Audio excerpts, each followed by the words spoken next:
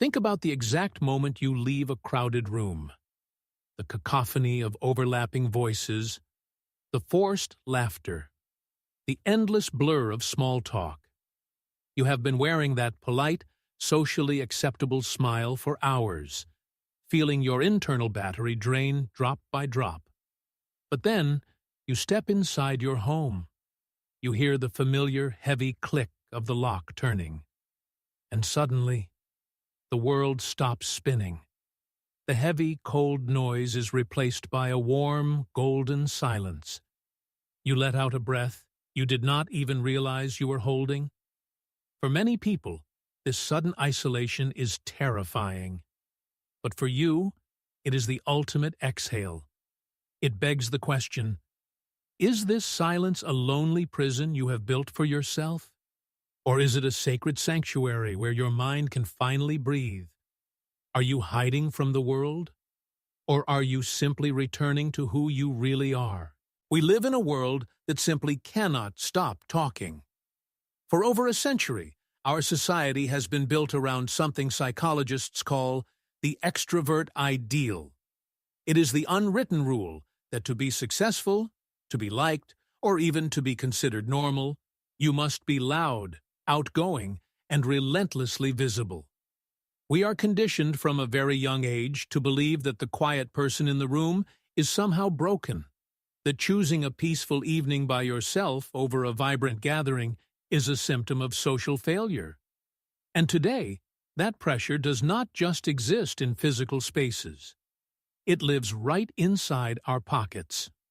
We are navigating an era of relentless hyperconnection. Imagine looking out the window of your quiet room, only to see a never-ending storm of flashing notifications, demanding messages, and the constant buzzing expectation for your immediate reaction. This digital noise feeds an exhausting fear of missing out.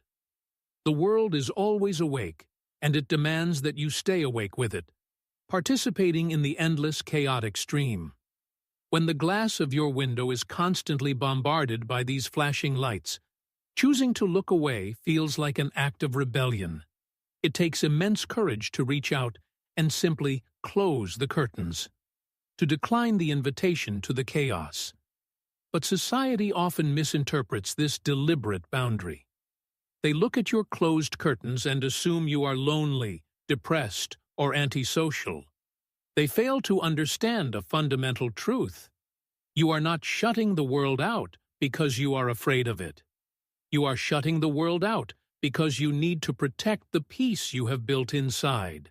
Let us clear up a massive misunderstanding right now. There is a profound, fundamental difference between being lonely and being alone. Loneliness is an ache. It is the painful, hollow feeling of wanting connection and not finding it. It is a hunger.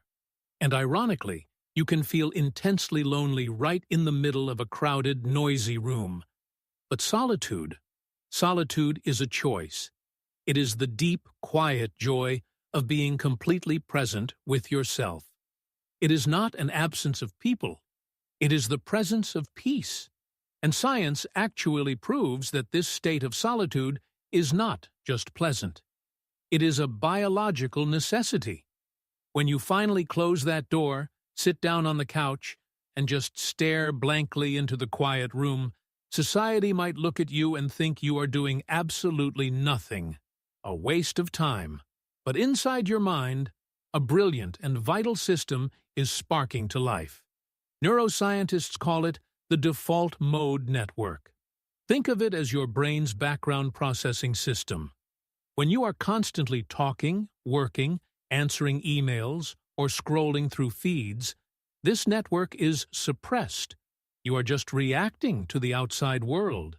But the very moment you step away from the noise and enter true solitude, the default mode network takes over. This is when your brain finally has the quiet space to sort through the overwhelming chaos of your day. It connects your fragmented memories. It processes those heavy, complex emotions you pushed down earlier. It builds and rebuilds your sense of identity. In that silence, Your mind is actively tending to your inner garden. It is pulling up the weeds of anxiety and planting the seeds of creativity. So, when you choose to be alone, you are not doing nothing.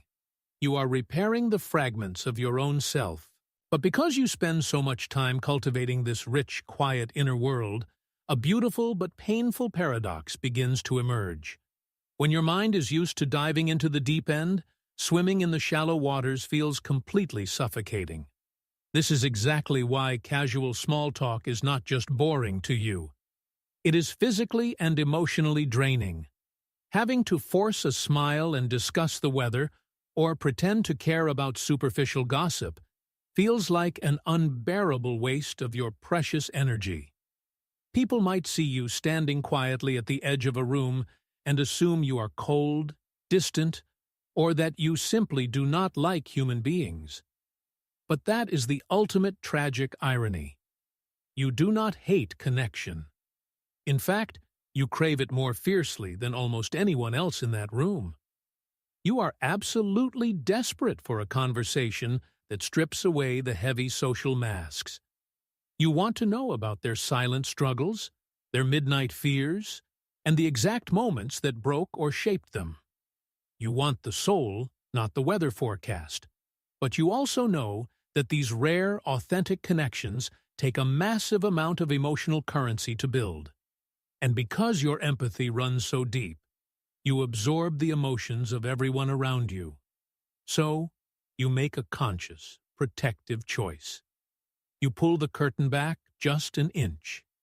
You stand by the warm, glowing window of your own mind, looking out at the rushing, chaotic world in the dark. You are not building a fortress to lock yourself away. You are simply observing the world from a safe distance, carefully guarding your empathetic heart until you find someone who is actually willing to meet you in the depths. So it forces us to ask a very crucial question. When you choose to stay behind that glass, are you building a massive cold wall to block out the entire world? Or are you simply putting up a gentle fence to protect your inner garden? There is a profound difference between isolating yourself out of fear and retreating into solitude out of wisdom. It is true that some people withdraw from society because they are deeply terrified of being rejected. They hide away because the world has hurt them in the past, and their isolation becomes a heavy shield born entirely from anxiety and trauma. But that is not what is happening here. You are not hiding in the shadows because you are afraid of the light. You are actively stepping back to ensure your own light does not burn out.